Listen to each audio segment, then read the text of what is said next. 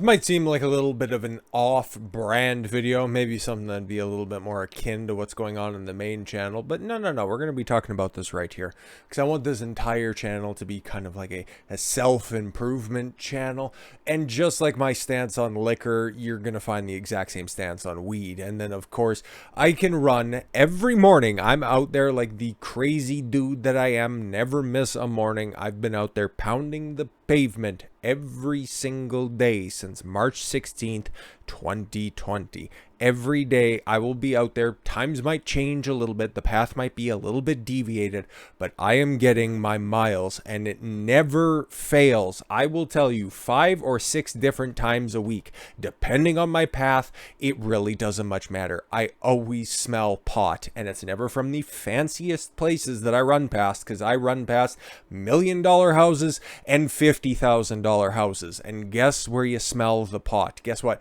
Winners don't smoke pot. I know it sounds like a PSA from the 1980s, but it's true. Nobody ever writes, and nobody's successful autobiography ever begins with, and then things really started to take off when I started smoking pot. I'm sure that there's going to be some outliers that are out there. Well, oh, I'm a high-functioning individual, and I use cannabis to sleep every night. Okay, fine, whatever. You're a statistical anomaly. It doesn't really much matter. Or Elon Musk smokes pot, therefore that invalidates your argument. Yeah, and then he ended up having to get his entire company drug tested by the feds. Good job, okay? If you want to stick up for a sedative for your crappy life instead of just tackling those problems that are underlying that, I'm sure it's an effective pain relief medicine, and the people that need it can go ahead and purchase it. I'm not telling you that you should or shouldn't be doing anything with your life. All I'm telling you is what successful people do and what I'm trying to do to emulate them, and none of them smoke pot. Just saying. Raids on Chinese-linked drug operations put spotlight on China's ambitions in U.S. marijuana market. And like I said, okay, if you just read the headline, you might be thinking that this is something that would be a little bit better suited for the main channel.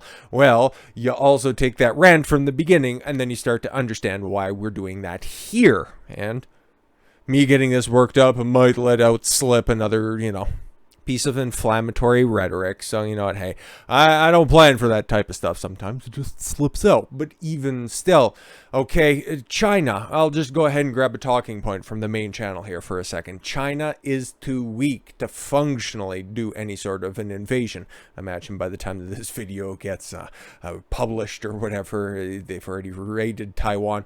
Not entirely sure that's going to happen. I don't personally think that's going to happen, because I know the state of their economy and their infrastructure, and the fact that everything is crumbling around them, and their birth rates are at a point where in 10 to 20 years from now, they're going to be losing about 500,000 people in their own population. So they got bigger problems than trying to ruin the world. So if they have aspirations of also taking over the world, linking up with Russia, what are they going to have to do? They're going to have to wage a war on the world through soft means. Take a look at the popularity of TikTok on younger generations, and then you see the headline here that they're also infiltrating.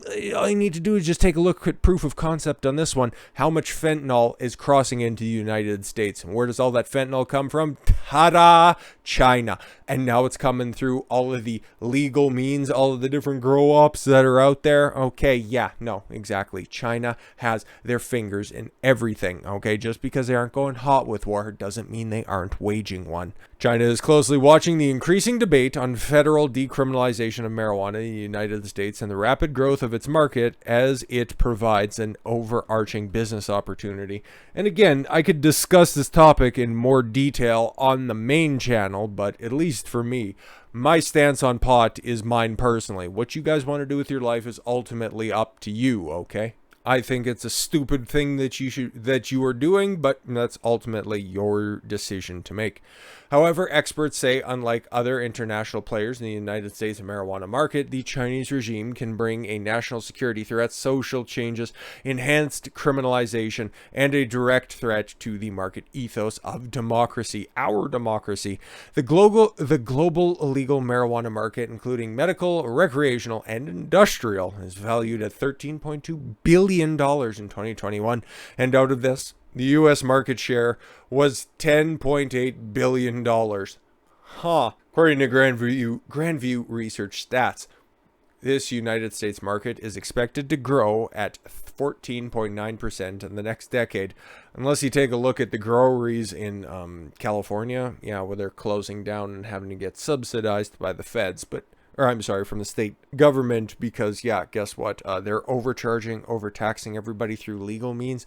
So they're just getting their pot, which is completely and utterly decriminalized through the same dealers that they've been using forever. So again, just get out of the market if you're going to be doing anything about it. Okay, even though I wouldn't, incentivize any degeneracy on society at large. There's enough problems going around. Anyways, the increasing decriminalization or legalization of marijuana, increasing diversification of the products matched by advancing research in the field is driving the exponential growth in the global market and that predominantly constitutes the United States. The 2020 election ballot played a major role in this trend across the United States. Approved of series statewide ballot proposals legalizing and distributing of marijuana. Arizona, I think, was up there. Oregon just basically turned into the wild, wild west by decriminalizing everything, and see how well that worked out for them. But anyways, many universities in the United States now offer courses on cannabis. Again, just showing you that there is just a wonderful dearth of knowledge on the modern university campus. What did you go to study? Pot, man. No, that normally was what took up most of your time in college. Now you can study the crap. Unbelievable. And many are surely some Chinese students taking them, in a way, like there's nothing wrong with that, I guess, but okay. College courses have become a way to understand the U.S. market on cannabis. All right. Only 7 countries in the world have legalized recreational use of marijuana. Portugal, stupid Canada, God, I can't even name the other 5, but I know that that's 2 of them for sure. While campaigning in 2019, then presidential candidate Joe Biden came out in favor of federal decriminalization. Still waiting on that one, Joe. Kind of like student debt forgiveness, right? Never gonna happen. Chinese economy has an increasing interest there. Yeah, because it's teetering on the brink of collapse. Just take a look at housing market bubble in China and realize that all of those ghost cities, yeah, those mortgages, they're coming to collect, and it's a bad time in China right now. So I'm personally not worried about China, but if they start to gain footholds out there, because there's a lot of open space available, a lot of clear lanes on this economic highway, thanks to some weak leadership around the world. You got the Finnish prime minister still dancing at house parties, and nobody's at the wheel when it comes to Uncle Joe. And I don't know, is Trudeau still on holidays? Like, what are we doing? China's 2015 plan, called Made in China 2025, all right, involved a lot of high-tech industries, including agricultural high-tech. Take a look at all of those fertilizer bans that are also going around the world right now. Yep. And so I see China looking at cannabis and especially hemp, because China does not allow marijuana in the country. Always. And again, take a look at this stuff, okay? Look at what China promotes, and then look at what they do on their own home soil. Very, very different. Okay? They're the company, they're the people behind TikTok. What kind of degeneracy goes on there? And then you take a look at the TikTok that's within the Chinese borders. It's got a different name, and it doesn't have any of that degenerative subject matter on it. Yep.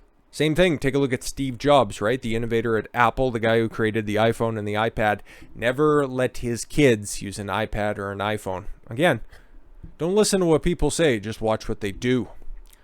China's growth and research, and China's reaching out as U.S. agricultural groups to develop relationships is all part of China's greater global plan to supplant the United States as the dominant economic player in the world. It's probably not going to happen for the reasons that I've outlined before, but the Great Green Rush, the marijuana market in the United States, is highly saturated. Thus, whenever a new market opens up for recreational marijuana, there's a massive influx of players. And if a state lacks sufficient regulation on the industry, confusion and challenges ensue. for domestic growers, the government, and broader society, according to experts and domestic growers. Like, for instance, in Oklahoma, did you actually say this? That's sad. The state did not have certain safeguards, such as a limit on the total number of licenses. Oh, you got a license for that doobie. And we see a huge number of players pouring in from both U.S., domestic, and international money. Anyone who can make money will do it because they see it as the great green rush, said Bench, who is also the chair of Harris Bricken's corporate practice group and managing attorney at the firm's Salt Lake City office. That would be Jonathan Bench, regular contributor to China's Law blog. Okay, cool. Not Johnny Bench, former catcher for the Cincinnati Reds, and can hold in his hand 4 baseballs. It's very impressive. The Narcotics Bureau in the state is currently probing the connections between Chinese nationals ready to pay exorbitant prices for land in Oklahoma. China has been buying up a lot of farmland, or at least trying to, in the United States right now for very ominous reasons. And while on the main channel, I'm pretty sure most of the people who are subscribed to this channel are also subscribed to the main channel. You might have seen me talk about Bill Gates making a huge land purchase in North or South Dakota. In one of the Dakotas, he wanted to purchase it, and then there was a subject of debate by a bunch of people in Congress in this chosen state. And I thought that that was fine, mostly because it's a United States citizen who is purchasing land. Even though we know that Bill Gates isn't exactly on the up and up, you shouldn't be restricting United States citizens' right to purchase land, as much of a detestable human being as Bill Gates is.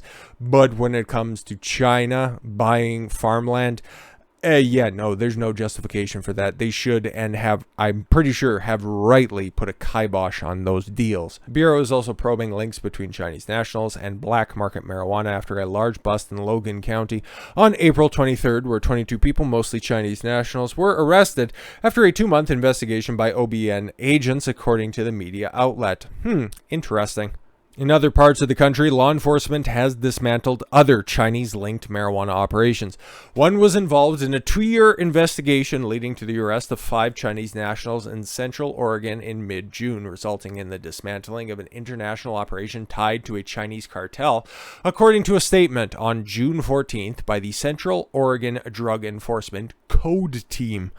Code said the investigation spanned over 18 months and involved detectives, special agents, and intelligence analysts conducting hundreds of hours of physical and electronic surveillance on over 23 members of the organization, 20 properties, bank accounts, and Chinese food restaurants. Weird. Around the Pacific Northwest of Asia. You want to get them high so that they get the munchies. I understand. The operation had diverted or stolen significant water from nearby homes, commercial farms, or directly from pumps connected to underground sources in the arid Central Oregon high desert. Sergeant Kent Vanderkamp, that sounds like one of the most elite names I could think of, from Code, told the Epoch Times in an email that the case is pending grand jury indictment and charges are now being considered by the U.S. Attorney's Office. Cool, but they're too busy raiding former presidents' abodes. Is it geopolitical? What do you think? Of course, okay. You take a look at where the money goes on this one and what they're investing in. They want to keep you sedated. The Chinese government, because they can't wage a war. And I don't care if it was a Chinese government, a Russian government, a Ukrainian government, a Chad or a Niger government. It really doesn't much matter to me. If they have if they have an influence, if they have a desire to keep people sedated and they're acting upon it, they're not acting in your best interest. So yeah, feel free to justify your pot addiction or soft pot addiction. You can't get addicted to pot. Yeah, just continue to tell yourself that nice comforting lie while you're not achieving optimal human development for yourself. Continue to tell yourself those nice comforting lies. I'm sure they tuck you in very well at night so you can wake up every morning, go to a job that you hate, maybe come home, maybe look at a wife who detests you, but then you think, oh boy, I can scrape out 3 hours to watch a hockey game. I can have 2 beers and maybe my friends can come over as long as they aren't too loud, and I can be in my man cave in the house that I bought and I paid for, and that my kids who don't respect me live in as well, and my wife just runs the place and maybe has a tryst with the neighbor. You just continue to tell yourself those comfortable lies instead of living an optimal life. I'll be over here dispensing some truth pills. Feel free to stop by whenever you're in need of some. With all that said, thank you all very much for the gift of your time. I've been Don Consuelo. I want you to follow your gut and get after it. Take care, everyone.